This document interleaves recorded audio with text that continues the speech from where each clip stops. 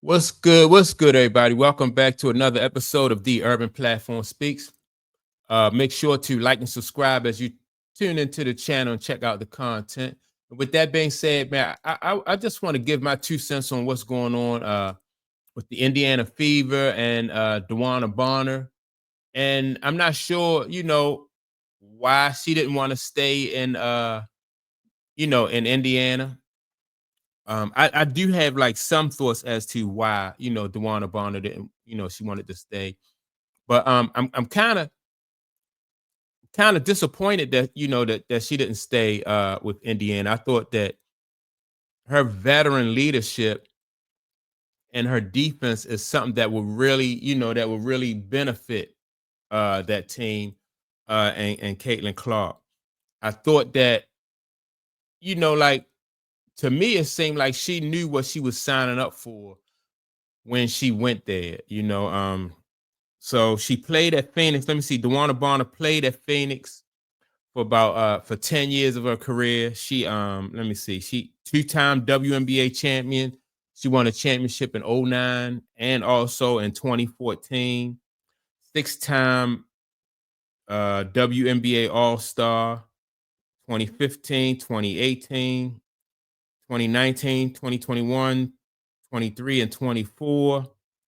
A WNBA first team, all first team 2015. So she's had a long and successful career, right? And like I said, I think that Dewana Bonner, I think she didn't really want to play like Robin to Caitlin's Batman. She didn't want Caitlin Clark probably just getting all of the getting all of the praise and everything because it seems like I said, she signed up, she knew what she was getting into. And then all of a sudden now she's changed her mind and she want to go some people say she want to go back to Phoenix, right?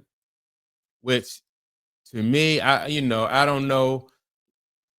I'm thinking that if you have an opportunity to play with to play on a team that's great, that's building something, it would just seem that somebody with her experience and her level of maturity would have been all in on this.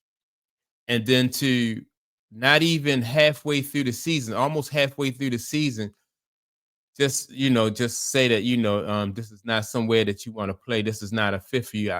That's just something I don't get. And the only conclusion I can draw from that is to think that you know she probably didn't want to be to play the role of Robin, to Caitlin Clark's Batman. And I think in this the me culture, this me culture of today, it's going to be hard to put together a team where you can just, like where people are unselfish. And that's what I think is going to be is going to boil down to for a team like the Indiana Fever.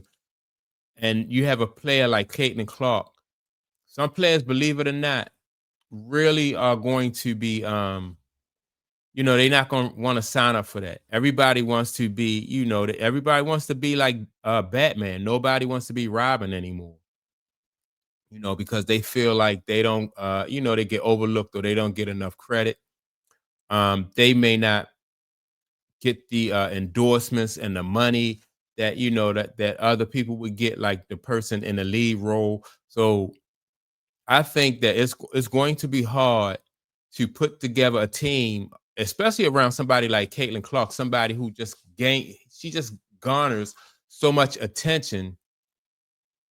That it's really going to make it hard. I remember Kevin Durant said that he didn't want to play with LeBron James because of the circus that surrounds LeBron James, right? And that is something really I think a lot of players really are going to have to think about when it comes to playing with somebody like a Caitlin Clark and being able to accept that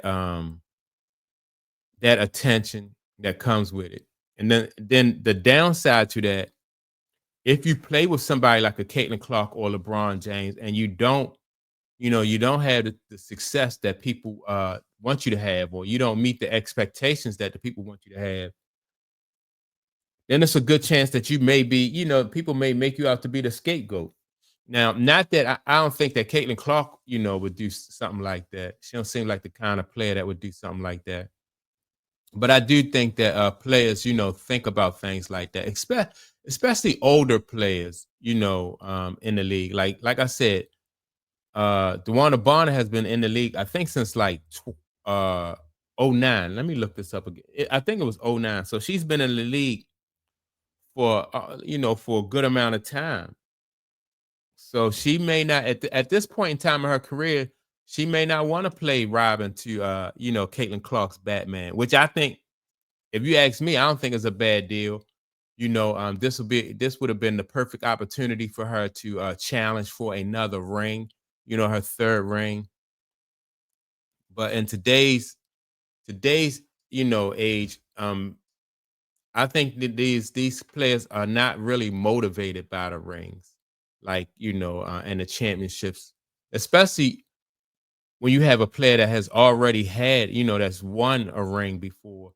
Um, they're not really motivated by the rings, and I don't know why DeWanna Bonner would want to go back to Phoenix and play, but I'm trying to figure this out because I think that like I said, it's just going to be hard to put the right people around Caitlin Clark and to keep those people around Caitlin Clark. Um, that they have so many other and then they got some other chinks in the armor as far as like being able to develop the chemistry that they need in order to be to be championship type worthy, right? And so they got a lot of issues going on there. I don't think that this DeWanna Bonner situation really helped, but I thought it was a good, over the during the off season when they was talking about getting DeWanna Bonner, and once I found out that they was going to get DeWanna Bonner, I was like, yeah, this is a good pickup. A veteran ball player who would have really helped Aaliyah Boston down in the paint, with rebounds, some scoring. I like the way Aaliyah Boston is really, I like her development. I like what she's doing. I watched her last night play against the Sparks, and although they lost to the Sparks, I just like what I saw out of Aaliyah Boston. As a matter of fact, like what I'm seeing out of her this season, I'm liking it. I'm liking it. Aaliyah Boston played a good game against Asia Wilson, in the for the Aces. Now they lost that game too. I just think that they had some other problems, some other shortcomings, not really problems, or some other shortcomings on that team that's really holding the Fever back from being an above 500 team. And once they overcome their shortcomings, like for instance, I think that coming out in the second half and teams make an adjustment to them, they're not able to adjust to the adjustments. So because like yesterday is a perfect example. Like they played the Sparks. Um, Kelsey Mitchell was on fire the first half. They made an adjustment. They kind of came out the second half and slowed Kelsey Mitchell. They slowed her down, and they couldn't, like the Fever couldn't adjust to that. They couldn't recover from that, and then so they wind up losing. In the fourth quarter, they wound up losing the lead that they had built in the first half and some of the third quarter. So they have to learn how to maintain their number one, get a lead and keep it. Then number two, they have to be able to adjust on the fly. I think once they are able to adjust on the fly, then they will be they'll be able to work out these kinks in there, on their team. But the DeWanna Bonner thing, man, I just don't think that really I don't think that really helps them, losing somebody like her because, like I said, I just thought that her defense, her rebounding, and her maturity would have been great for Aaliyah Boston, um, Caitlin Clark, and really the team. Everybody on the team in general. But I mean, they'll. I think they'll be good though. It's not something that'll really tank the team or anything like that. I just think it's just another distraction. But that's my take on the Dewana Bonner situation. I just think that she don't want to be a Robin to Caitlin Clark's Batman. And with that being said, don't forget to like and subscribe. Also, leave a comment, and I will check you all out in the next video. Peace.